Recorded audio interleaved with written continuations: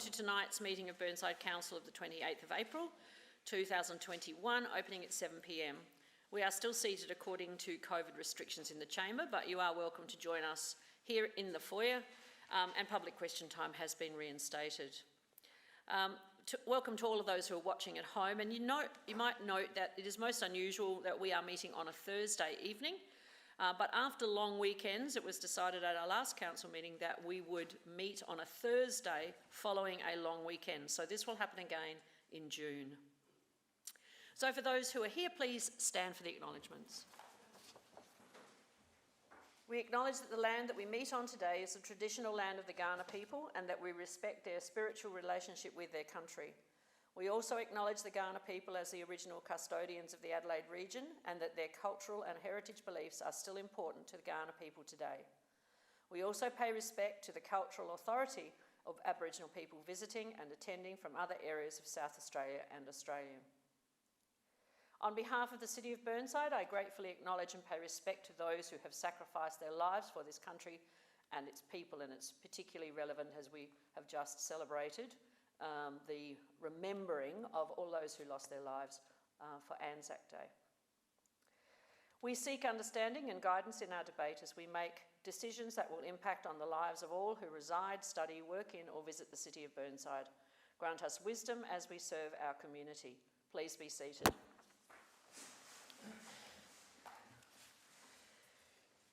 In the case of an emergency, an alarm will sound and then please follow the directions of the staff. I remind you that all council meetings are live streamed through the council's website and a copy of the agenda is available by downloading from this website. Members, just a reminder to raise your hands if you wish to speak and turn your microphones on when speaking and off when you conclude. Just a reminder of 3 minutes with a warning bell and one question at a time. Right, we shall move to the agenda itself. There are apologies from Councillor Hughes and Councillor Piggott. There is a leave of absence from Councillor Henschke that was granted at our last meeting.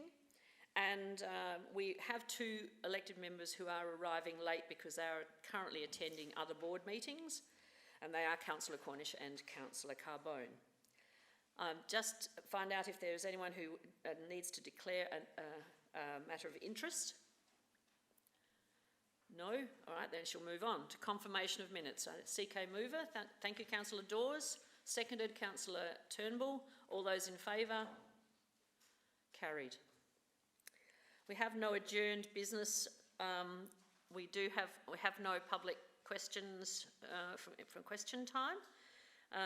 We can move down. There are no deputations or presentations.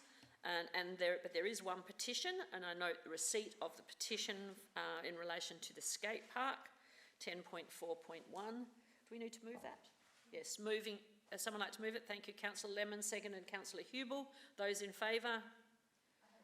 Oh, sorry. Yes, go ahead. Are these all residents of Burnside? You'll see attached to it, it does say that it gives the number of actual residents who are in Burnside. It gets in somewhere, I read it in the report at the beginning. Yes, petition received on behalf of 104 signatories. It doesn't say if they were all residents of Burnside.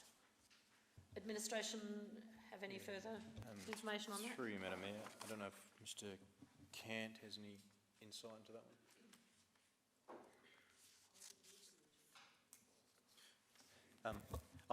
Through Madam Mayor, I'm happy to take that on notice and provide the feedback. Right, those.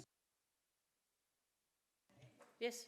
I don't think we should be voting on it. With all due respect, I don't think we should be voting on it if we don't know.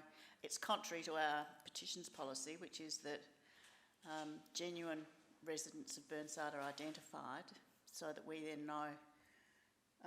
All we're doing is receiving it. We're not saying yes, we love it, or no, we hate it, or don't agree with it. All we're saying was we've received it. That's it. So if I can sum up? Yes, please. Since you moved it, go ahead.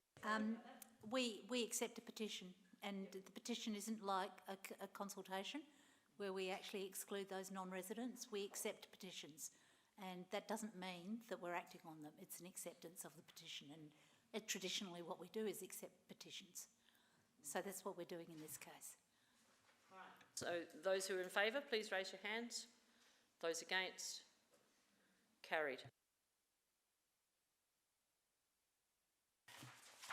Now we move to reports. I'll go through them and see who wishes to withdraw them for debate. 11.1. 11.2, City Development and Safety Policy. Nobody's raised their hand, so I seek a mover. Councillor Jones, and I think it was seconded Councillor Lemon. All those in favour? Carried. Heritage Reference Group. Councillor Davey. Environmental Sustainability Update. Councillor Lemon. Assets and Infrastructure Policy. Councillor Davey. Asset Management Strategy. All right, I seek a mover. Councillor Dawes, seconded Councillor Jones. All those in favour? Carried. Finance End of the Month Report. Right, I seek a mover. Councillor Jones, seconded Councillor Hubel. All those in favour? Carried. Mayor's Activity Report. Seek a mover. Councillor Jones, Councillor Turnbull, seconded. All those in favour? Carried. Chief Executive's Report. Councillor Davey wishes to withdraw it. Minutes of the Audit Committee meeting. No one. I seek a mover. Councillor Lemon, seconded Councillor Hubel. All those in favour? Carried. Right. All right, we'll move them through one at a time, and that is Councillor Davey. You wish to speak on the represented report, the appointment of the council representative to Propel SA. Oh, yes, thank you, Mayor. I have to say that under Regulation 18 of the Local Government Procedures at Meetings regulations, I can't vote on this because I don't have the information about our restructure. I've asked the staff for what the information is in terms of our new restructure. I understand we've now got a new executive with directors instead of general managers. I understand that we approved in the draft budget some funding for new positions, but I have asked for and not received an organisational structure, so I can't vote on this until I can see that. So you're still wishing to move this? No, it needs to be withheld till I have that information under Regulation 18. Someone else may wish to move it, or do you want to... No, if I move, can I just correct that? Do you want me to read it out? No, I'll just get the response from the CEO first. Thank you, Madam Mayor. Just for clarity, elected members were provided with the structure set up at the time I brought it for Council's consideration, and it clearly pointed out that economic development would be sitting under the Director of Community and City Activation. So I do feel that Council have been provided with that level of information required to consider this evening. Could I comment on that? Could I read, if I may, read? When it's your turn to speak, I need a mover and a second. If we don't get a mover and a second, it's going to lapse. No. This is a governance matter under the regulations. If an elected member isn't provided the information that's in existence under Regulation 18, the matter cannot proceed till I'm provided with that information. And I'll read it out if you like. I'll just seek some ruling from the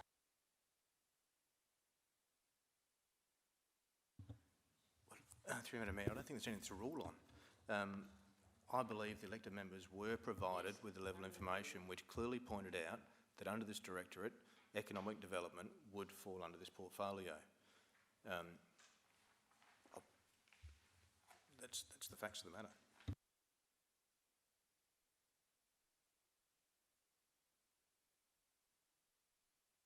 I will move it, but I also want to ask a question. Yes, and that is, why is this before us? I would have thought, under the circumstances, should this be one of your employees, not ours, yours, you can actually just allocate that. So why is this before council for us to actually endorse on your behalf? Yeah, through Madam Mayor, a very good question. The reason it's here is because council specifically resolved that the current director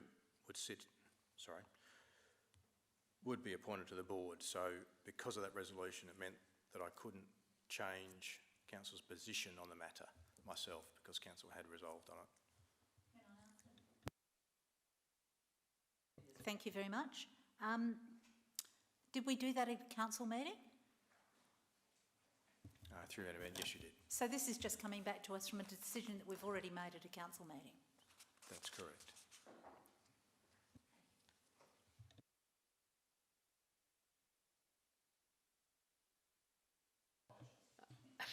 Is there anyone else who wishes to speak? Now, Councillor Davey.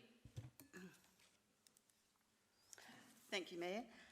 Under Regulation 18 of the Local Government Procedures at Meetings Regulations 2013, version 112014, 1. A member may require the Chief Executive Officer to table any documents of the Council relating to a motion that is before a meeting, and the Chief Executive Officer must then table the documents within a reasonable time or at a time determined by the presiding member after taking into account the wishes of the meeting. And if the member who has required the tabling indicates that he or she is unwilling to vote on the motion until the documents are tabled, then the matter must not be put to the vote until the documents are tabled. Part 2, the Chief Executive Officer may, in tabling a document, indicate that in his or her opinion, consideration should be given to dealing with the document on a confidential basis under Section 90 or 91 of the Act. Now, in talking to that, I have asked twice for this restructure. We've been given reams of information in the past about, we knew in the background that there was a restructure happening. And as I mentioned, we've allocated some fundings in the draft budget. I checked our organisation chart on the web. There's no reflection of these changes, that we've now got new directors. There's no reflection of that. I have not seen a picture and a structure of our new executive and our new management structure. So I do not believe we can vote on this tonight. Through Madam Mayor, for the benefit of the meeting, so when we were discussing the restructure and council was giving me their support, Confidential meeting, wasn't it? yep, council was provided, and I can provide this to Councillor David, with a handout something like that, which showed each of the directorates and showed clearly the areas that would report into it, and clearly under community recreation, it does say economic development. Now, I will admit that I haven't provided council with the more detailed structure, which is down to employee level. Now, I'm certainly happy to provide that. I'm not withholding information. But for tonight's consideration, I do feel that council has been provided with the relevant information that does enable you to make this decision this evening. Now, all I'm asking council to do is acknowledge the fact that, because I'm saying in this report that economic development reports to the Director of Community and City Activation. I'm just asking council to give the authority for that director to sit on the Propel SA board. This, just as a follow-up to that, is because currently Mr. Cooper is in that position because of his current or past general managership, I'll call it. Now, under the new structure of directors, this just changes from your role to the new person's role when she begins in May, it's on 17th of May. That's all I believe it is. Does anyone else have a question? Yes, Councillor Turnbull. Mine's not a question. I would like to support Councillor Davey on that, because I've asked too for a sheet with the restructuring on, so I know who to phone, who to email, because I don't know, and I haven't seen those two at all. So I would support her. But it doesn't that. actually have an impact on the moving of a staff responsibility. Doesn't for this one, but that's Okay. just a little aside that we haven't had enough information about the new restructure. Okay, but that's an aside as opposed to a direct instruction on this motion. Anyway, I'm still seeking, all right. So can I ask, I'm shown some documents. We've had quite a few workshops, but I cannot, there's no date on this document, and I don't understand how things work in the scheme of things. I believe we've got a new appointment to a director's position. I don't understand how the executive team operates, and then who the general managers are under that. I believe there's some major restructures in terms of planning, absolutely consequential to a whole lot of changes that are resulting from legislation. Pardon me, but I can't understand when I've asked twice in an email, only a few days ago, for tonight, so that I was informed as an elected member, why I wasn't sent this information. I think your point has been taken, Councillor Davey, but in relation to this, it is just a movement of a responsibility according to the roles that are different. But your concern is that the roles haven't been explained to you, therefore you don't necessarily, you don't feel that you can vote on the movement of this role of economic development to this new person. If there is a concern about this, we will have another meeting prior to the commencement of this particular person on the staff anyway. So how do you feel, Councillor Lemon, about your moving the motion? You still want to debate it? No, I'm still happy to move this motion because the truth of the matter is this, it's operational. This is as a result, for a start, this isn't our business. This is only our business because at the council meeting where we had a confidential chat about a restructure, we asked for this. We actually asked for this, and it's come back to us as it should have. So I'm still happy to move it now. But I would also make the point that there's no point in having this person's name and email address if they're not starting for another 3 weeks. Like you're going to be sending it off into the ether with hope, which is not a bad thing, but probably not productive. Councillor Jones, do you wish to withdraw your seconding, or you're happy to go ahead with it? All right. Is there anyone else who wishes to speak on the matter? Councillor Davey? Thank you, Mayor. I will give notice that I am not voting on this matter because of my objection under Regulation 18 of the regulations. So I don't want to be hit with a code of conduct because I haven't voted. I have clearly outlined why on the tabling of information I'm not voting on this.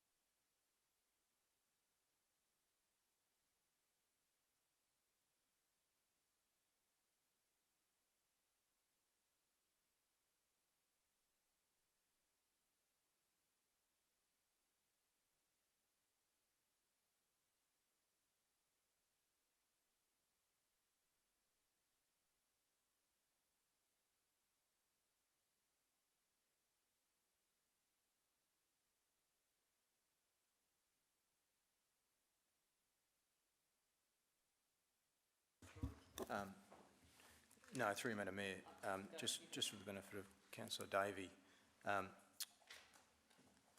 the information that you were seeking has now been tabled, and so therefore under the requirements of that part of the Act, you have been provided with information that you sought.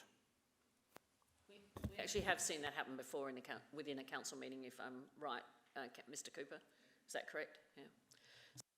So I'm going to put the motion unless anyone else wishes to speak. You didn't speak. You have your chance now. Yeah. You can't hold off much longer. No. Look, I have definitely seen information about these 3 directorates because there was a workshop about it, and I've seen subsequent correspondence that the CEO was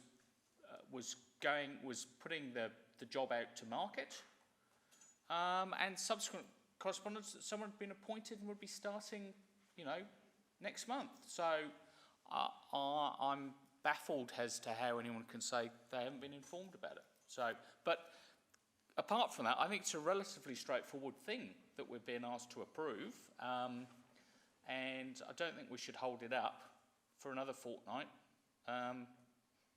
just on this basis. So I'm going to vote for the motion.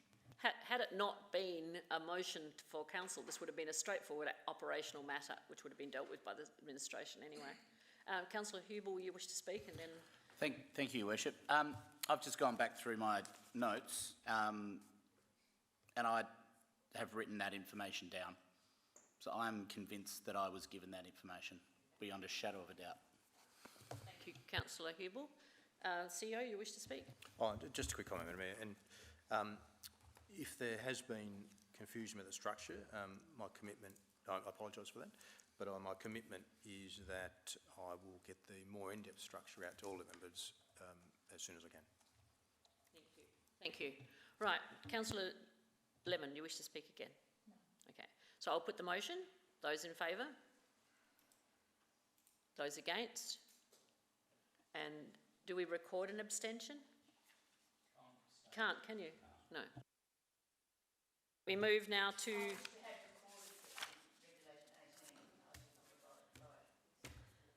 All right, it's being recorded.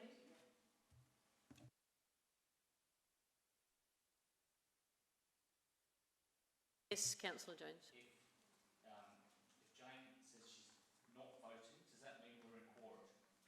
In what? No, she didn't get up. No, we've still got the numbers available around the table to vote. Okay.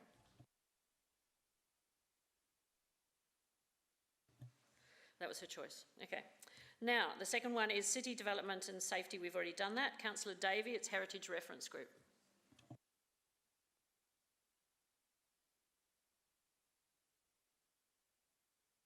Thank you, Mayor. I'm happy to work in, to move in accordance with the recommendation for this group, and that is, I'll read it out, that Council note the report and outcomes from the Heritage Reference Group trial period. 2, approve the continuation of the Heritage Reference Group on an ongoing basis.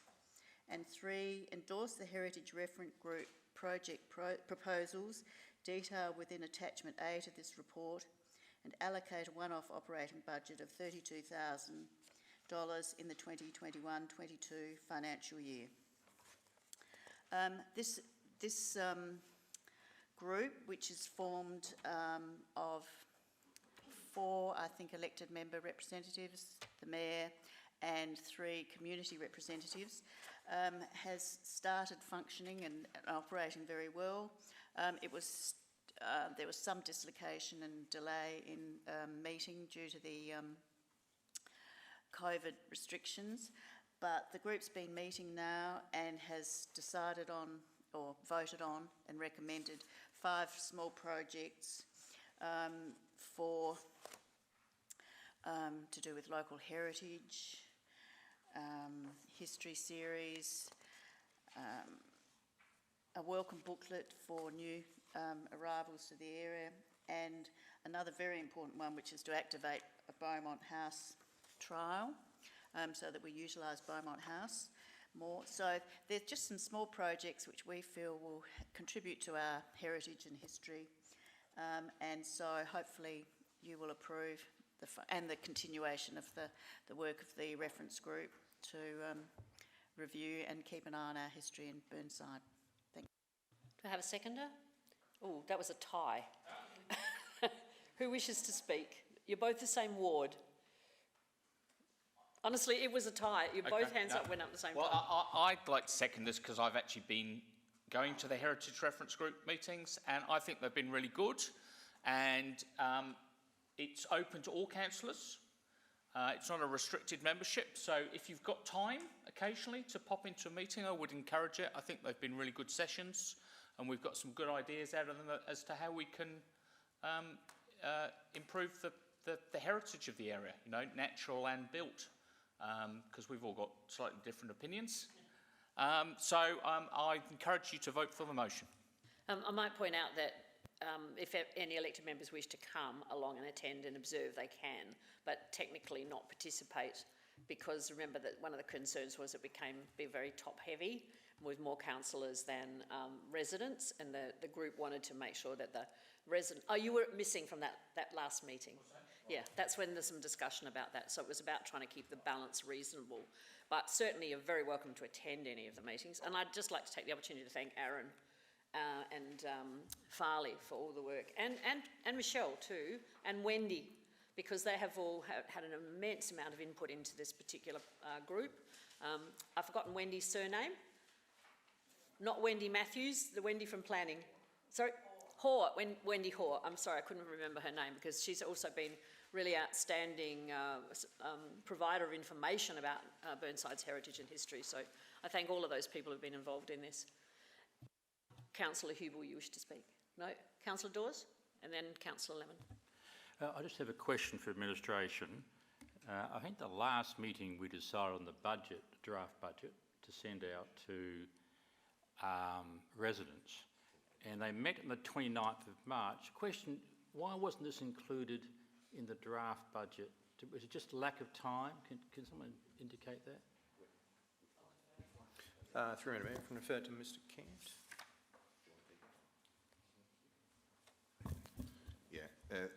Through your worship, Martin will jump in if I get this one incorrect, but it was certainly flagged with council through the budget process, saying that the council was still to make a decision on these particular projects, but until council has considered the report and then allocated a cost, it wasn't included in the draft budget at that stage. Thank you. Councillor Lemon, do you wish to speak now? Yes, thank you. I've just got a couple of questions. And my first question is, at dot point 2, we're approving this group to go on an ongoing basis. And my question is that forever? What's ongoing mean? 5 years, 10, 20? Till the end of time? Until the council knocks it out, I suppose. No, through Madam Mayor, that's the answer, until council wishes to stop it. Which leads me to my next question, if I may. Yes, because what we did was we appointed councillors to this for a 12-month trial period, and we've just been informed by the Mayor that anybody that goes along to these meetings that might be an elected member doesn't have rights as a member of the committee. So do we need to look at its structure? I mean, I'm not fussed. I just think that if this is going to go till the end of time, we need to then perhaps put a bit more of a cohesive structure. So I'd see, I probably would go along to these meetings, but I don't know when they're on. I don't know where they're on. So if we're going to make this something that's ongoing, I'd like a little more substance to it so that people can participate, members of the community. If we can come along as non-members of the committee, maybe other members of the community are encouraged to come along as well. So I'm very happy to actually support this, but I think we need more work on to make this really a community group. Can I suggest that perhaps you made an amendment to number 2, just approve the continuation, but review the process of representation, because again we have community members who are on it, and we don't know if they want to stay on it for 1 year, 2 years, or 10 years. Exactly. So I do take your point, Councillor Lemon. It is a good one. And the people who are currently on it from council may not wish to continue. Precisely. You know, just like we have for, because it's not an official committee of council. It's only a reference group. You nominated to go on it. Yeah, you just volunteered to go on it. Yeah, you weren't elected. Yeah. Yes, and I think that, and I will speak now. I think that the committee's good. In reading the paperwork on the committee, what is very powerful about the committee is it isn't a formal committee. So there is a genuine partnership between councillors and the community, and we wouldn't want to do anything at all to prevent that to continue and strengthen and grow. A genuine partnership like that is something to be valued and encouraged. But I don't think this motion gives substance to it. And in giving substance to it, we don't want to make it an official committee of council, because then that will actually lose that community collaboration. So I'm not really sure how we can, in fact, give substance to it by amending this. So let me think. Have a think about it. I think your point is really well taken. And at the last meeting of this group, we had quite a lengthy discussion about whether or not we would be putting this forward as an official committee of council. And the discussion around the table was definitely along the same lines as you've just explained. And that is, we wanted it to be a reference group, not a subcommittee, official subcommittee. But I wonder if those who are organising it have sufficient direction in terms of how they are listening to the conversation now, and whether or not we do need an amendment. So I've thought of amending number 2, as you suggested. Yeah. So approve the continuation of the Heritage Reference Group on an ongoing basis with a report from Council suggesting governance structures, longevity of membership, longevity of the committee and its membership, so perhaps longevity of the committee and its membership. Longevity, yeah, of the group, longevity of the group and its membership. I think I'm getting a signal from Mr. Camp that that's probably just all they need. No, because they want a date. We want this on a time frame. So I would be happy to have some sort of nod about what is. So do we want it by May? Do we want it by June? When would be a reasonable time to ask for this? We're just checking over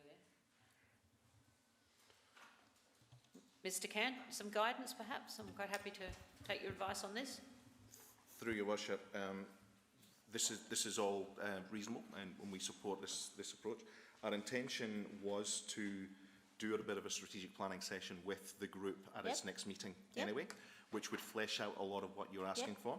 We're planning to have that meeting next month, so by the time we bring it back, we would be looking at July. Would July be acceptable for So the first meeting in July? We could do that. Okay. And thank you. And in speaking to the amendment, it would be really good if the review also took into account how often it met and how it so looking at meeting times and those sorts of things with a view to promoting it both to the community and the council members, which would be great. Yeah, I think I'm suggesting it's a variation rather than an amendment to. It's just adding information. It's Okay. not contrary. Good. It's not contrary to the previous No, one. happy with So that. if you're happy with that, Councillor Jones. I need some clarification, because I think I moved it. Sorry? Was I not the mover? No. Oh, sorry, you were the mover. Apologies.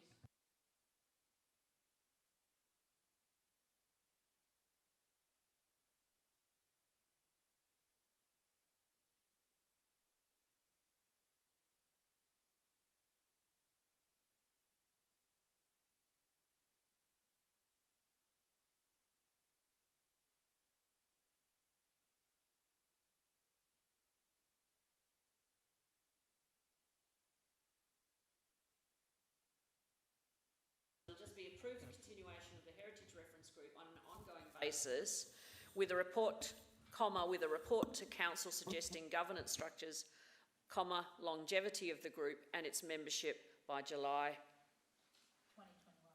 30th, 31st, 2021. Yes, Councillor Davey. When's the next meeting of the group, please? I know we've been meeting quarterly. Can you remind us? Through your worship, we were waiting for tonight to endorse the continuation of the group before we locked in that next meeting. Subject to council proceeding, we will be locking that in next month, so May. Date to be determined. So what's the value of another report to council? No, it's purely on a report in relation to structure of the committee, so of the reference group, because the concern is, you know, what we've locked in here, if we approve it without that variation, is that we've locked into the same people being on that committee forever. And what we need to be able to do, and that's what the group will do, and then come back to council with a report, to refine how long are these people on the committee for. That's both elected members and those who are nominated from the community. And that will be a discussion for the next meeting of the Heritage Group to have that discussion. We didn't have that discussion at the last meeting, because you were there, as I was. So it does needs to be formalised in some way. So that's why we're looking at this as just a variation, not an amendment, Councillor Davey. It was you did withdraw it for moving it, yeah. Follow-up question. Is July not too soon? I mean, would it not be better later in the year? Well, Mr Cant did say that he believed, along with, I think he'd conferred with Aaron Schroeder, that it was possible to have it by the July meeting. Because we would only need, well, personally, I think we would only need the one meeting to make a decision to recommend the continuation and how it should work. You know, if it's an official committee, we know it's every 1 year or 2 years. This is not an official committee, and you were part of that conversation where the group didn't want that to happen. So how do we work out what the ongoing basis is until? And so that will be resolved hopefully at the next meeting, and then a brief report on that come to the next council meeting to satisfy everybody on council that the group is operating in a sensible, functioning way. Yeah. It may be, you know, it may be unfair to have ask the same community people to be on it for, you know, 5 years or 10 years. They might not want to be on it. You know, I don't think they were given any particular indication of how long they were appointed for, unless I'm wrong about that, Mr. Cant. No. Because remember, they were advertised, positions were advertised to go on that committee, weren't they? Yeah. One of the reasons, one of the issues that we have had is apart from the elected members, the 3 key community representatives are all high-profile people who are very busy, and we haven't had any scheduled meetings in our diaries. So there has been an issue with people actually being able to attend meetings. So I'm just asking, is this an unreasonable time, knowing how the committee operates, the reference group operates? I'm taking indication from Mr. Cant and Mr. Schroeder that July, the end of July, is reasonable. Yeah, did you want to say something, Mr. Cant? Through your worship, what I'm suggesting is that council is asking me to return a report, and it's been requested to return by July. I'm saying that I can return it by July. If council believe that that's not enough time and wish to provide more time to provide it, I'll provide that report in the time indicated by council. You pointed out the problems with it was getting the group started that was difficult, because we just got started and then COVID hit and we couldn't meet. So it has been disjointed in terms of continuity, and as you say, they are all busy people, but we have had a reasonably good turn up for each of the meetings. If all have not been there, most have. Yeah. Councillor Turnbull? Thank you, Mayor. I'm not sure who asked this question to, but... do that first. Jane, Councillor Davey, are you happy to accept that as just a variation and include it in the motion? I'm still not sure what they mean by governance structures. I just think there seems to be a huge onus being put on this reference group that doesn't exist in other reference groups. What any other reference groups? And so what are the governance structures? I need clarification about that. Councillor Lemon, would you like to just explain your answer to that to Councillor Davey? How often it meets, who gets invited to the meetings, whether it's open to the community generally, how long elected members stay on it, how long community representation stay on it. It's just, and it doesn't have to be written in concrete. It's a guide. If this is going to be an ongoing reference group for till the end of this term, and I suspect the next council, if it's a working group, and it appears to be a working group now that it's started working without COVID, the next council would be short-sighted to actually dispense with it. Then we need some sort of structure around the group so people know how it operates. At the moment, it's a bit of a collective. I'm just going to suggest maybe operating guidelines would be better operating than guidelines governance. doesn't necessarily need to say governance. That's what came out of my mouth. But yeah. But what if we change that to operating guidelines? Or operating structures, even. Like structure, well, whatever. I don't mind what it says. Councillor Davey? No. No. only as a temporary group. No, because it's not a formal committee of council. I don't think so. Can I check, please, Mr. Cant? No, there are no terms of reference according to Mr. Cant. And that's the problem, there aren't any. Yeah. And may I also ask, while I've got the microphone on, can we put by July 30, 2021 after council in my proposed variation? So the last, yes. And remove down the And remove it from the end of the line. Underline's only there to help people understand. Yep, comma, yes. That's, So Councillor Davey, are you happy with that now? Yes. All right, fine. And seconded by Councillor Jones it was, and you're happy with that? Yep. All right, good. you have to get rid of the by at the end. Is there anyone else who wishes to speak on this? Councillor Turnbull. Thanks, Mayor. I just want to ask a question.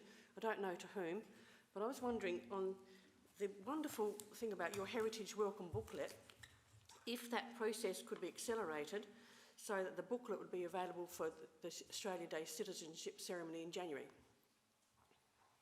It says here it'll be ready in March, but can we accelerate it? And it said about the translation into Mandarin. Through Madam Mayor, for that, Mr. Cant. Through your worship, I'm advised that we can certainly try and we'll make it our mission to do so. Oh, terrific. And my other question, any other languages than the Mandarin? Through your worship, the plan was to trial one first. Successful, then we'll start working down the list of popular languages through our community. Thank you.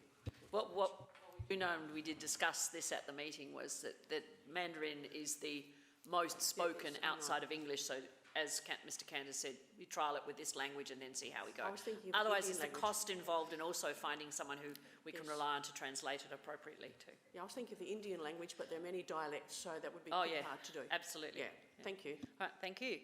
Now, is there anyone else who wishes to speak or ask a question? Otherwise, I'll move it back to Councillor Davey to sum up. Thank Right, you, Mayor. Thank you, everyone, for your interest and input.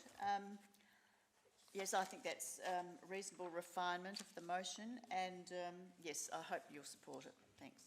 Those in favour? Those against? Carried. All right, the next one I think is also Councillor Davey. No, it's Councillor Lemon, Environmental Sustainability. Thank you. I'm happy to move the officer's recommendation, but I've just got a couple of questions about this report that I'd like to ask, if I may. So if we go to page 105, paragraph 38.2.3,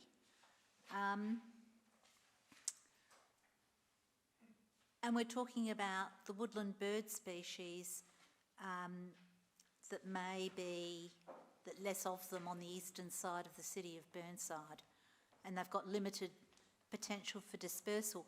Do we have any hard evidence? Is there anybody done any studies? That was what I wanted to ask. Do we have more information than just this? Is my first question.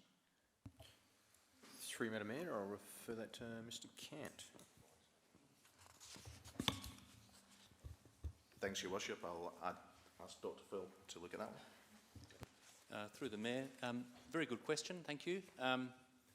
There is a lot of evidence that woodland birds are declining through the Mount Lofty ranges, and that's been studied for many years.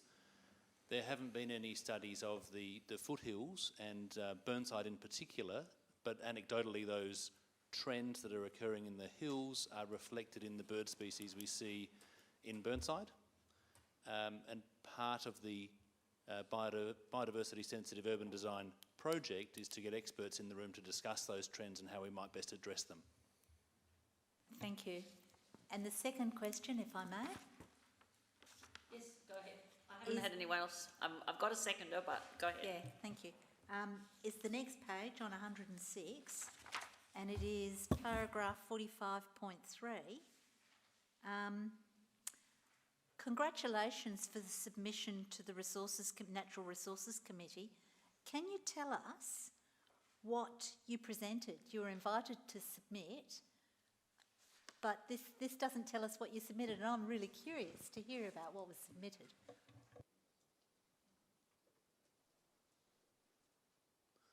Through the Mayor.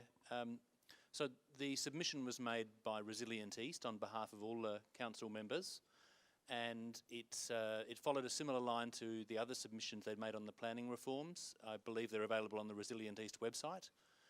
I wasn't there personally, we didn't have a representative there, but there was a development period through which all councils contributed to what would be presented to the Commission. Thank you, I'll speak to it now. I'm really pleased with this report. I think it's an outstanding piece of work and I commend it to you all. Thank you. Councillor Hubel. I do thank you, Your Worship, and Nina Marnie, everyone. Greet you all this evening. I do also love these reports. And look, yeah, fully in support, very happy receiving all this information. But there are always bits that pop out in these reports that I find really interesting. I've got two tonight. First of all, I love the doggy dunny idea. I hate to think whoever was responsible for discovering the malfunction of that doggy dunny. But really pleased that that's going uncontaminated and seems to be successful. Now the second, our CEO, Mr. Cowley, happy birthday, by the way. I think you might enjoy this little thread. Again, 38.2, the Green Adelaide grant, allowing us to have a look and find out about some threatened species. But I was very unfamiliar with the yellow-footed Antechinus. Is that how you pronounce that one? Antechinus, yellow-footed Antechinus. Now I looked into this this little one. It's also known as a mardo, and it's a shrew-like marsupial. Very rare in South Australia, found only in Mount Lofty Ranges and in the southeast. Now, it is largely known for its very unusual sexual behaviour. The male engages in such frenzied mating that its immune system becomes compromised, resulting in stress-related death before 1 year of age. It is a reproductive strategy known as simulparity, where there's only one reproductive period before death.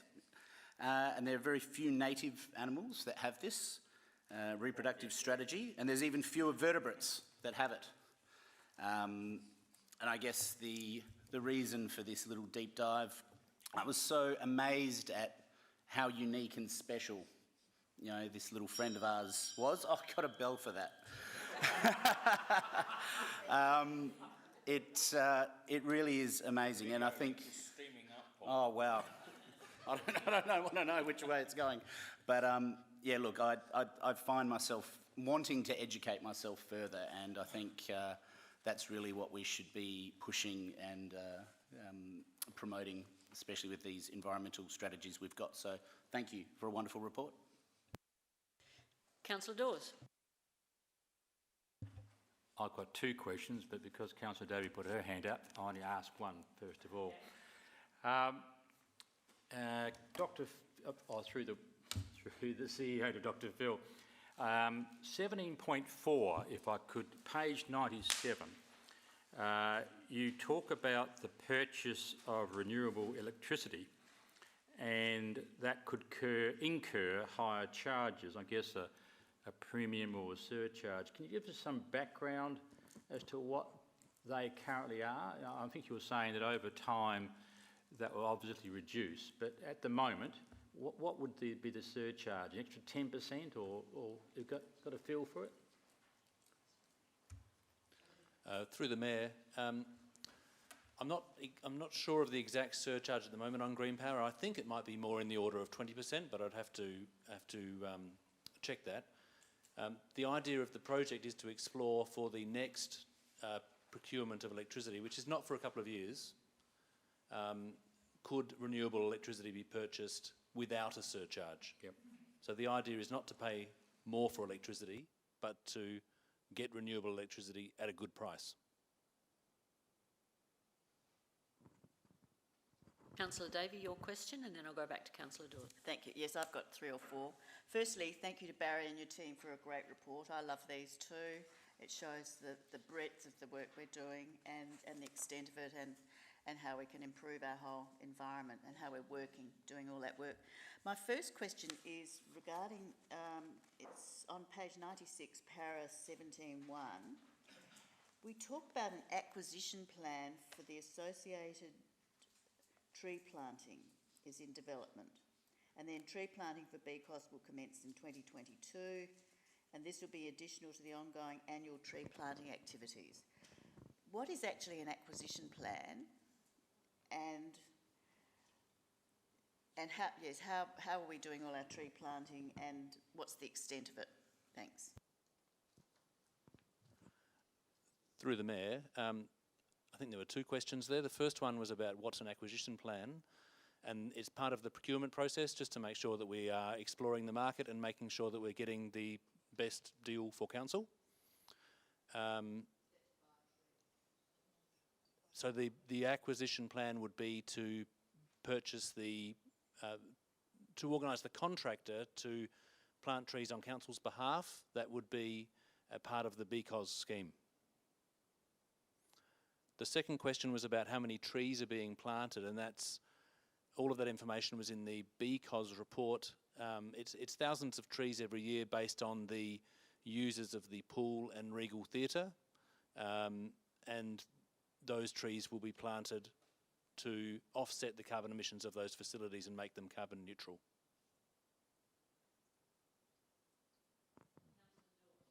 Sorry, Councillor Dawes next. Thank you, Mayor. Again, to Dr. Phil through the CEO. It's on waste, and as you know, I'm a waste warrior with an A, not an O. I just wanted to seek his opinion on what is the best way of trying to persuade the residents of Burnside to put their waste appropriately.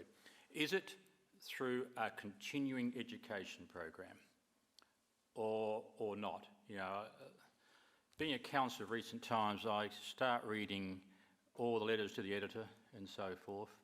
Sometimes I cry, but you know, like I checked yesterday for plastics with the triangle. Yes, you can recycle for 1, 2, 3 and 4, 5. No for 4 and 6, and if it's 7, maybe. Right? And I think, okay, do I put the lid on a plastic bottle? Now we should. There's soft plastic recycling in Coles and Woolworths. Found out yesterday that includes toilet roll plastic wrapping. I never knew that. So what I'm trying to get to, there's so many things out there. I'm just seeking a view from Dr. Phil. I believe it's also a responsibility on the federal government to say on every bit of packaging whether it should be recycled and where, but I wouldn't mind seeking his opinion on that. Through the Mayor, here to being a waste warrior. I think there's a number of responses, there's a number of questions in there. I think you are right in that advocacy to the federal government is an important part of what we do, and we have been involved in doing that. In terms of supporting the community for better waste management, I think having the information, the fine detailed information about how to recycle different objects available is very important, but direct promotion and engagement of the community should be much more focused on the largest issues like getting kitchen green waste into organics bins, so that those messages can get through to people who aren't focused on waste management as part of their everyday lives. Councillor Davey. Thank you, Your Worship. My next question is in regarding to waste, and it's in regards to the Doggy Dunny trials. I was just wondering where it was proposed that the next 2 trials would be conducted. Just thinking of where the biggest concentrations of doggy do in Burnside, apart from the Conningham Street Dog Park. Through the Mayor, Yeah, that's a very good question. We have had some initial conversations, and your question kind of answered it in that you said the highest concentrations of dog bag use would be what we would use to guide that, but also making sure that they are geographically dispersed across the council, so they're not all in one area. So yet to be looked at, but we think we can, with the budget we have, put in three additional doggy dunnies next financial year. Right, Councillor Turnbull. Thank you, Mayor. Could I please ask for an update about the waste education in schools, 22, page 97. So what's happening in the schools and how we're helping them organise their wastes, please? Through the Mayor, we think it's a very important area, and we've been doing some work in that space. We've had some workshops with schools and to discuss that. There has been waste education provided to schools historically through East Waste and KeySab and the council.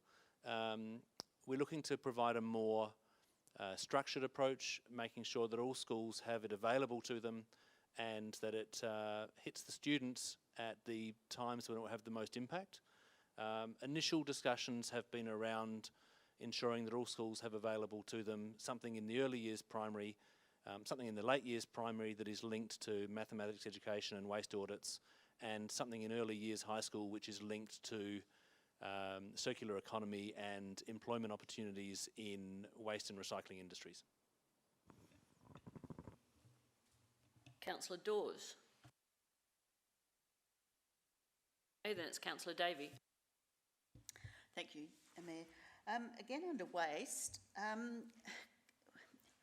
is it possible that we can take some initiatives in our parks and reserves to get some more green bins for the food waste and paper waste that continually is ending up in our landfill bins? And I just wondered if it's possible to run some sort of trial or some activity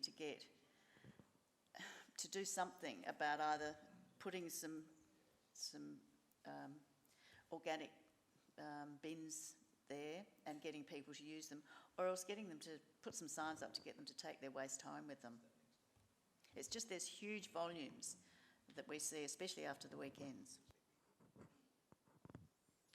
Through the Mayor, we agree that it would be good to address this issue. We have trialled green bins and recycling bins in parks, and that was reported in the 2020 Environmental Sustainability Report. In the attachments, there was some data, and the results, unfortunately, were very poor in the high levels of contamination that were in those bins, which meant that the bins needed to be taken to landfill, even though they were marked as recycling and organics bins. Which is why we moved to the doggy dunny approach for getting at least some of that green waste into the organics stream. And there are also signs in parks on the dog bag dispensers that say, please take that home and put it in your green bin. So yes, it has been trialled, found to be quite ineffective, and looking at broadly at more community education to improve general waste behaviour. Councillor Turnbull. Thank you, Mayor. I'm sorry to hark back to the schools one, but I just wondered, is there an elected person in your group who goes to schools? I've been in contact with Flurio Council, and they have one person who goes out to kindergartens and schools. She does rubbish relays, she does all sorts, but she makes them aware. Do you have that person who does it, and how many times have they gone out this year?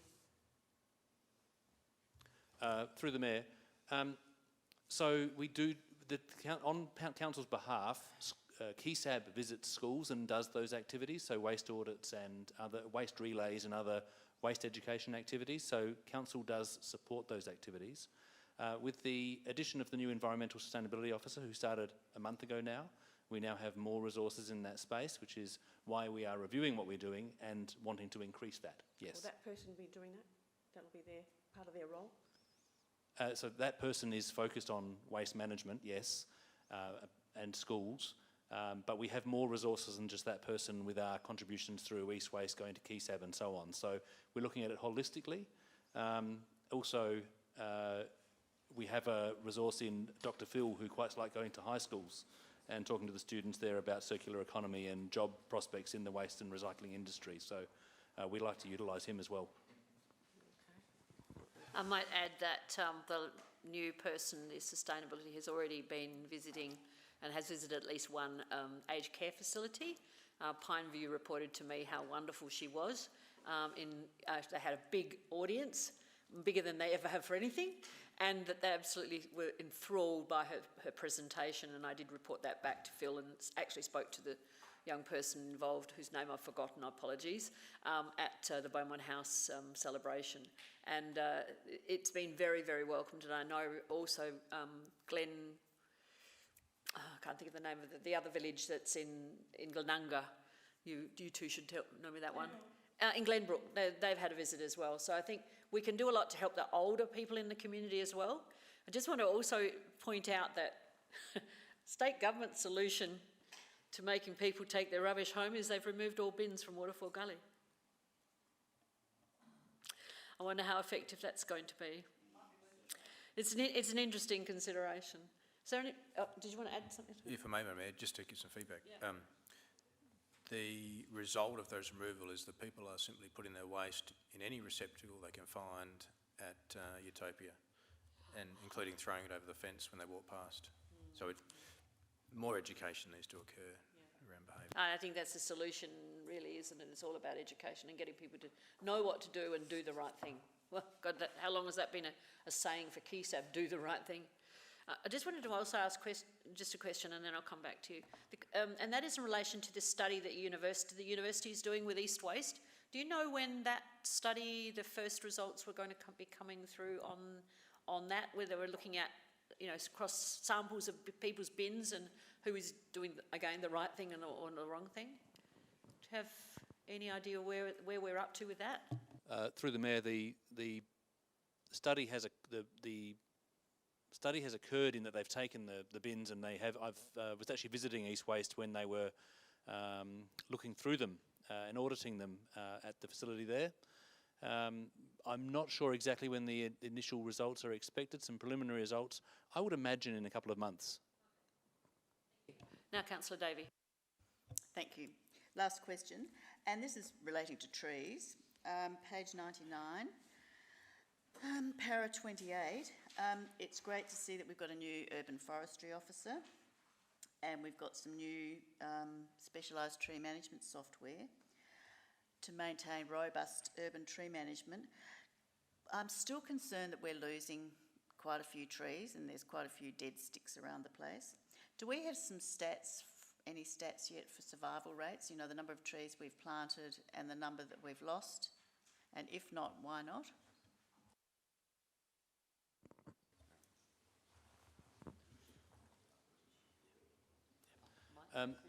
Through the Mayor, I think the two things coming up will help with that. Firstly, the new tree management software will be able to give us much better reports on things like tree removals.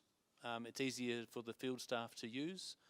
And secondly, we reported our first tree canopy assessment last year. That flyover to do that canopy assessment was done a few years ago. We're currently in discussions with the state government about doing a... June 2021. Addressing the costings and planning required for development of a Marrickville Precinct Master Plan located in the area, if you could add in the area, around the existing so located in the area around the existing shopping strip, the Regal Theatre and Constable Hyde Reserve on Kensington Road in the 2022 budget. And two, that the report address the issues around development of a Marrickville Precinct Master Plan.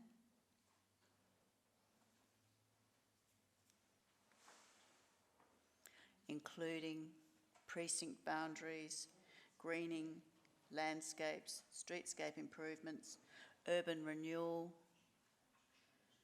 traffic management and people movement to support the diverse social, business and cultural heritage of the area in partnership with relevant parties, including the adjacent council.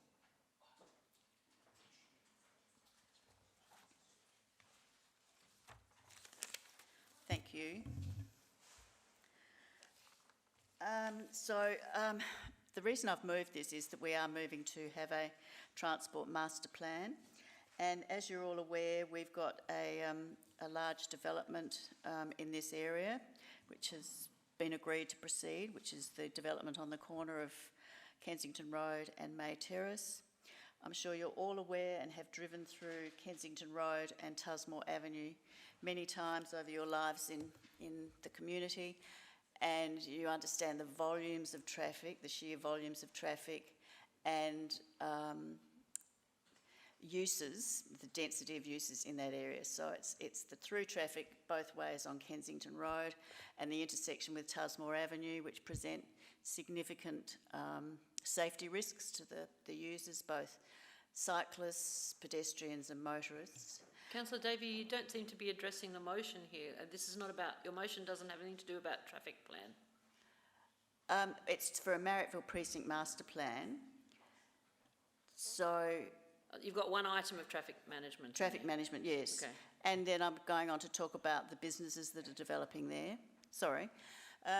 The shops are now re-energising and changing. There's a whole different mix of businesses. There's a big supermarket.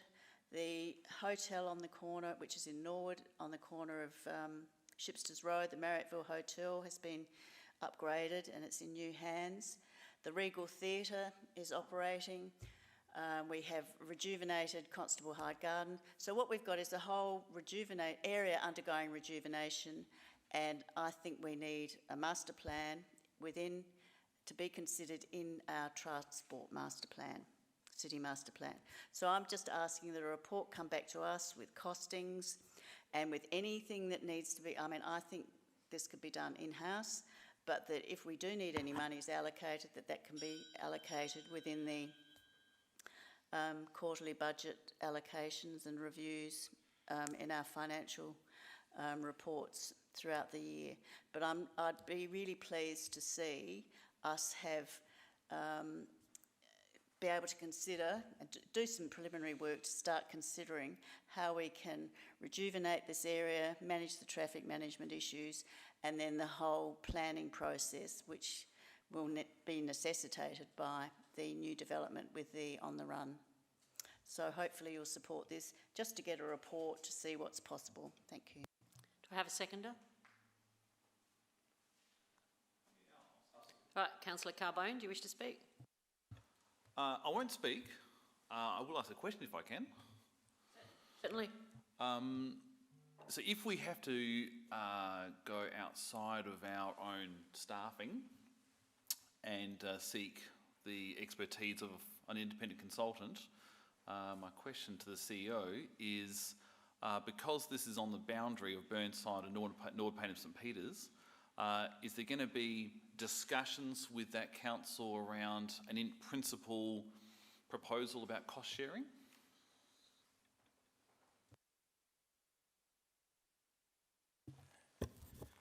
Through Madam Mayor, I'm likening this potentially to a McGill Road project, in that if it is identified that there are certain aspects of a development plan that could be combined with their neighbouring council, that should be pursued, but of course it doesn't mean that that council will necessarily agree with them. But it would warrant a conversation and we would pursue that. So before the report comes back, or when the report comes back, it'll have a summary of discussions already had with the neighbouring council? Given the timeframes that we're looking to get this report back to you, it would only be canvassed at a high level. I don't believe it would be appropriate to have the formal response by the council. Yeah, I was But- meaning, but- I was but meaning yes. conversation between you and Mario, just to sort of see. Certainly, we would include that. Thanks. Councillor Lemon. Just a follow-up, really, from for the timeframe. This motion seems to be a catch-all for me, reading it. It's everything. And I'm a bit concerned that it's coming back in June, which is a month away. So I have a question to the administration, if I may, and that is, and the administration will have to listen to me if they want to know the question, and that is, given the breadth of this motion, is 4 weeks enough to bring back anything meaningful to us? Through Madam Mayor, can I refer that to Mr Cant for his thoughts? And if I may, at the same time, at the minute, recommendation 1 to Councillor Davies, I just need to understand your intent with the 2021-22 budget. At the minute, it doesn't tell me what you're intending there. It doesn't say, are you looking to include it in the draft budget, or the English doesn't quite work on how you're including it in the budget there. But Mr Cant, if you give insight into that first part. Through your worship, thanks, Chris. I see what we're being asked to do here as develop a little bit of a project brief more than anything else, rather than doing any particular work. What we're being asked to do is to provide you with information as to what would be involved in the development of a master plan, to start that process. So that would be developed in-house, and we can do that, and we would use our previous examples at McGill Village, for example, to provide you with the information. We wouldn't be having conversations with other councils other than indicative councils at this stage, but we would say that we would have to have conversations with other councils if council proceeded, or with DIT, for example, because it's a DIT road. So yes, we can provide you a high-level summary of what we believe is an indicative approach to proceeding with this project, and also give you indicative costings as well, but it would only be indicative and it would be very high level. So if I may just recap that to make sure that I've heard it properly, is what's coming back in June is an overview of the work that would need to be done. Thank you. Next one is Councillor Jones. If I may, sorry Madam Mayor, just to interrupt. I was just talking to Councillor Davies about clarifying the reference to the 21-22 budget, and Councillor Davies suggested she'd be comfortable removing that reference for the sake of clarity.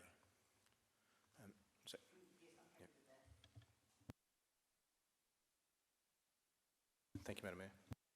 Now it's Councillor Jones. Well, I'm very pleased about that variation, because that was my principal concern with this motion. My other one, again, is that half of this strip is in Norwood. So how on earth can we do a master plan without talking to them first? I mean, if the motion was said, let's engage with Norwood about whether they'd be interested in doing a Norwood master plan, that's fine. But to go ahead and do it without even speaking to them, I think is one, going to annoy them, and two, we run the risk of getting the council staff to spend all this time doing it, and it'll be a waste of time. So. Is there anyone else who wishes to speak? Councillor Dawes. Yes, thank you, Mayor. I will speak. I think the question I was going to ask has already been asked by a couple of councillors. I've counted the number of shops and businesses along this strip, and the majority are in the Norwood, Payneham, St Peter's Council. So I am with Councillor Jones here that we should seek the views of this council even before we start this report, because I think it's going to be a waste of time, because if they don't agree with what we're doing, why are we asking the staff to prepare this report? There are 4 different suburbs here. Marrittville, which is in the Norwood Payneham Council, there's Kensington, there's Leabrook, and there's Kingston Park. So there are 4 suburbs involved here. The difference here with McGill is that from the start, Campbelltown and Burnside worked together to produce a very good report. So I'd be happy if we change this motion. I have to vote against it as it currently is, to say, let's start a conversation first with Nord, Payneham, St Peter's Council as to whether they are interested in looking at a Marrickville precinct plan. So, and Councillor Turnbull? Thank you, Mayor. I can't support this motion for two reasons. One of them is let's complete some of the other projects we've got going. And I can think of quite a few, especially the McGill Road project. And we really need to see the impact of on the run when that's built too. So I'm not saying don't do it, but let's just wait till the other projects have moved on a bit, delay it, and bring it back to council in about 6 months' time, perhaps even 12 months, depending on the other projects. Councillor Lemon? I'll speak now if I may. Okay, yes, you only ask And I will speak for the motion, and hopefully what I'm going to attempt to do now is change Councillor Dawes' mind. I asked the question about what this would look like, and I was told that I recapped, and it's going to be an overview of the work that needs to be done to have a precinct master plan.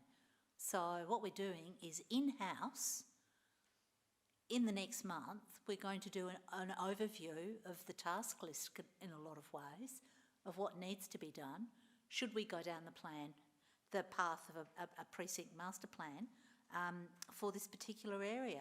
And I'm actually happy to do that because, right, we haven't talked to our neighbouring council yet, but when we do talk to if and when we do talk to our neighbouring council, we've actually got an overview of the work that needs to be done should we continue with this, a piece of paper to start with. And whenever you're negotiating with anyone, when you've got a piece of paper and a bit of a mud map to start off with, you're in a much better position to actually get them to come to the table with their own ideas. So I actually don't have any problems with this. I think just looking at the overview of what would be required to have a precinct plan for that area, which is quite well used given the Regal Theatre and the and Constable Hyde Park, you know, without looking at the commercial premises, I think eventually we're going to have one. And if this motion gets up, the least we will have is an overview of how we're going to get to a master plan.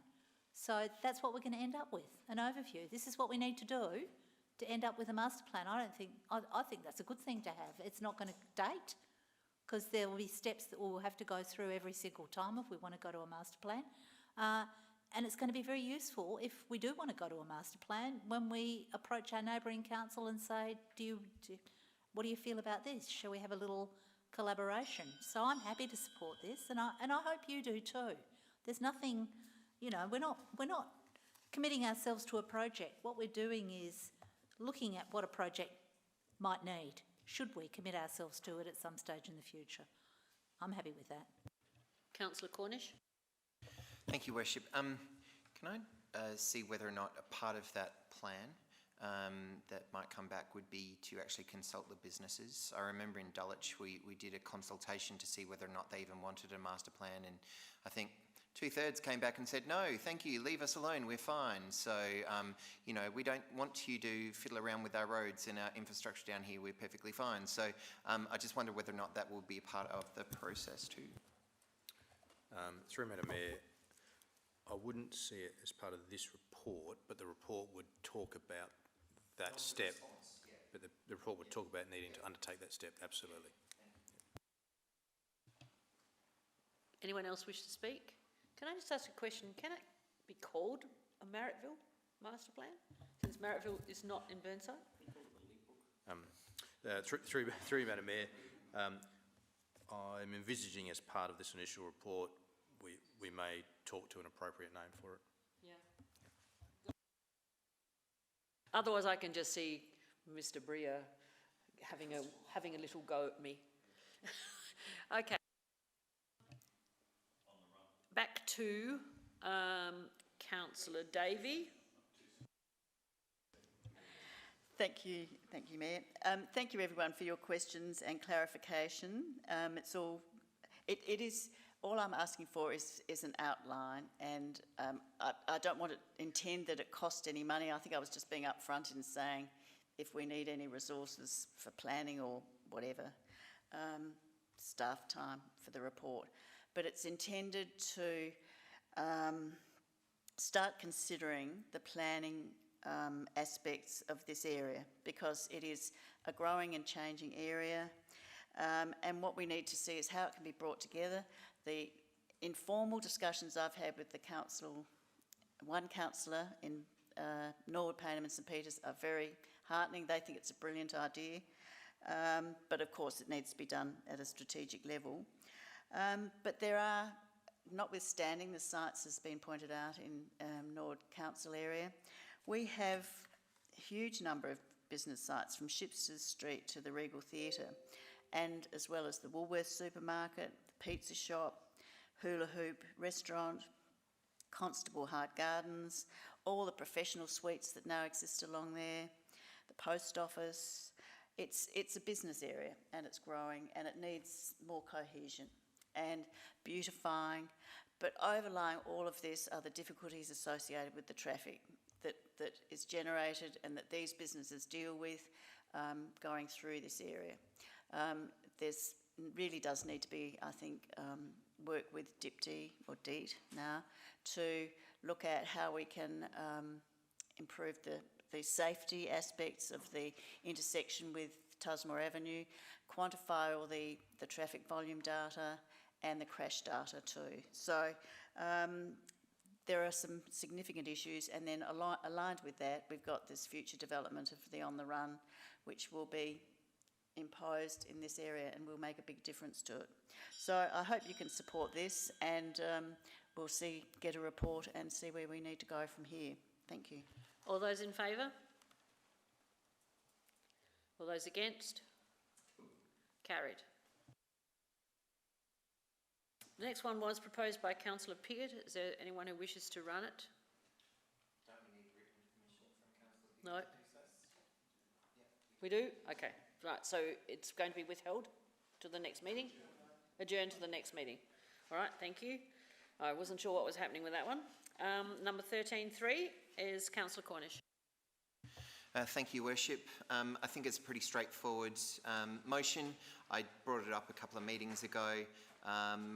It sort of speaks for itself, and I put it to the chamber. Those in favour? Oh, sorry, I needed...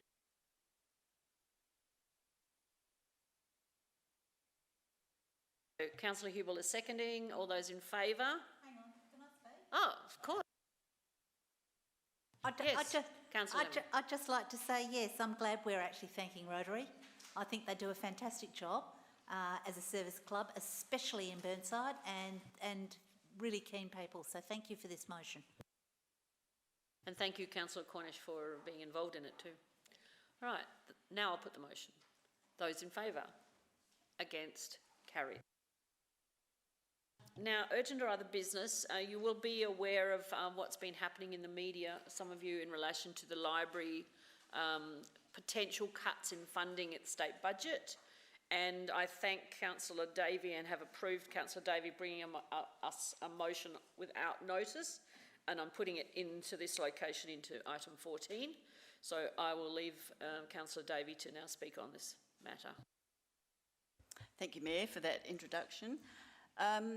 My motion is that Council write on behalf of the Burnside community to our local member and Deputy Premier, the Honourable Vicky Chapman, registering our concern that any reduction in funding for library services will negatively impact the community, intellectual and literacy services the City of Burnside is able, so it's the City of Burnside, is able to provide for the Burnside and broader community, and ask for her support.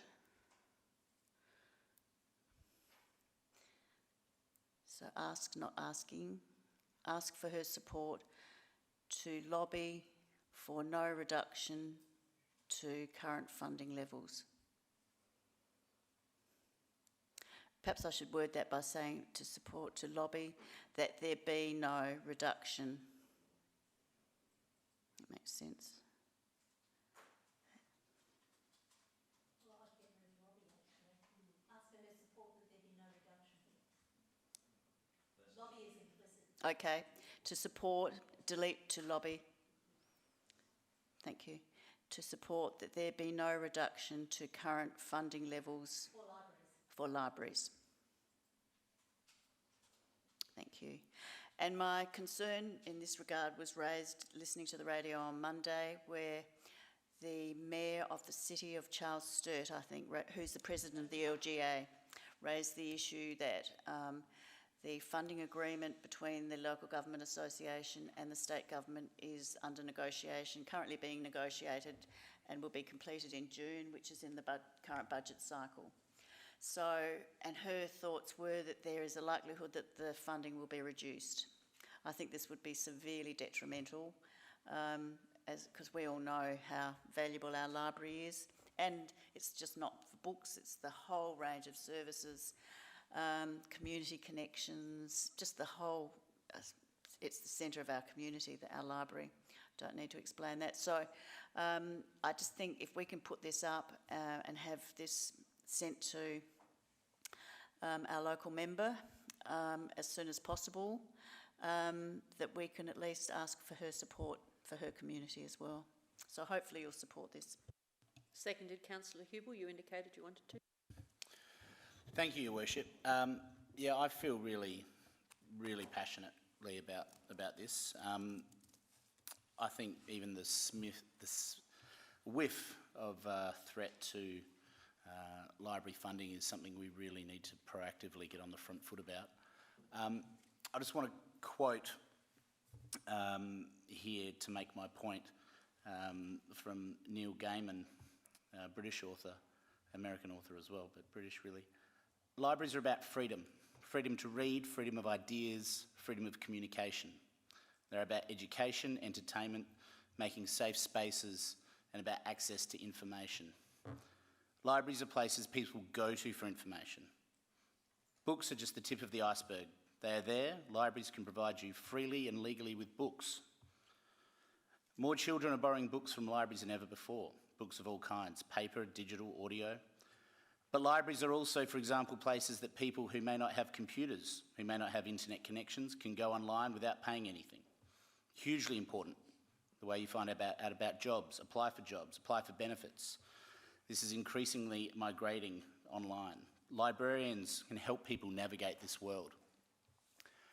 This is something that is important to the people of Burnside, but it's something that is important to the people of South Australia as well.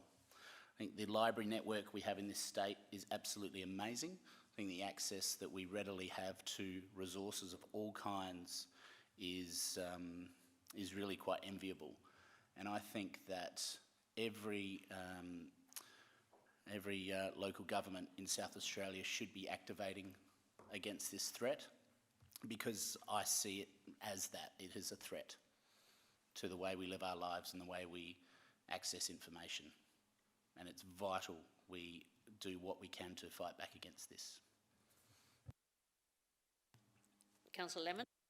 I have a couple of questions, if I may. One is, through you to the administration, what do you see as that council rights? What do you see council as? It's a direct instruction to me as the CEO. So you would write the letter? Absolutely. So my second question is this. Does this chamber think that this would carry a lot of weight if every single elected member signed that letter to the local member? Just that's a thought? Oh, through you, Madam Mayor, I think that's a good idea. I think if you have it signed individually by the Mayor and the councillors, I think it would help carry more weight.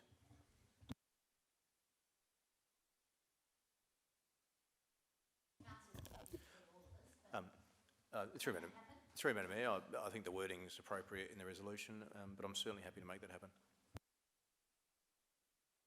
Councillor, I think it was Councillor Carbone and then Councillor Jones. Thank you, Your Worship. Just a comment and then a question. I suppose a comment would be that it's a lot more powerful if we write our own letters. 13 letters is better than one with lots of signatures on it, but anyway. Question is, how much funding do we receive? How much are we talking about here how much funding do we receive from the state government for library services, and what percentage is that in terms of the revenue required? Thank you, Madam Mayor. So I'm glad I preempted this question. So the total cost of operating our library is 1.8 million, and the grant funds we received under this current funding round we're talking about this evening is 343,000, which is a combination of operating and capital funds. So 340,000. Is the rumour going around, is it no funding or a reduction in funding? Through Madam Mayor, the rhetoric that we're hearing is a reduction, not no. Councillor Jones.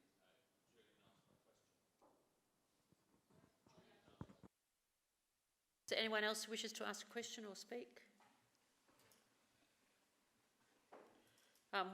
Just listening to a number of the media reports, and having had a chat with a couple of mayors as well, the real concern of these cuts is, although it will have a big impact on us, obviously if anything is cut from what it costs us to run our library, but it's the regional libraries that will suffer the most. And the encouragement was on the media that as many people as possible who use libraries should be writing to their local members to object to any reduction in funding for libraries, because libraries are, if you think about any community, small community town, the library is the hub of that town, and the isolation that they already have makes it more difficult. The decline of bookshops, I know that you can buy things online, but the decline of bookshops has also impacted on people's ability to access resources. And everything you said about libraries is absolutely true, Councillor Hubel. So I just encourage, as well as signing our own, there should be one letter. There is no reason why any one of us could not write individually to our local member and explain our concern. She's the minister, so she's receiving this officially from us. She also happens to be our local member. So it's a double whammy there potentially. Anyway, I thank Councillor Davey for putting this motion up. I raised the question, my concern about it with the CEO on Monday. So I will put it back to Councillor Davey. Thank you, Mayor. Could I just make sure that Councillor Hubel's name is up there as seconder? Thank you. And thank you everyone for your contribution, especially those wise words, Councillor Hubel. Yes, our library is just an integral part of our community, and I think the point made about regional areas is absolutely spot on in terms of how crucial it is to theirs. And I implore everybody to individually write their own letters, as well as send a very powerful one from us, which is hopefully will be drafted by the CEO and countersigned by us. Thank you for your support. I mean, when you think about it, $25 million, which is the library funding, is not much in the whole scheme of things in terms of why target particularly those who are vulnerable, many of whom are most vulnerable in our community. Thank you. We have nothing, sorry? Oh, I forgot about the vote. Those in favour. Here's me making assumptions, of course. Thank you very much. Yes, it was carried. I'm not going to ask those against because there's no one else left. All right. There's nothing else that I have on here. Is there anyone else who has any urgent items that they wish to bring forward? It's already been expressed earlier that it is our CEO's birthday today, so we could acknowledge his birthday and pity we are having to be here at a meeting, but I can say that the meeting is closing at 8:50 p.m, so everybody gets an early minute, including the CEO on his birthday.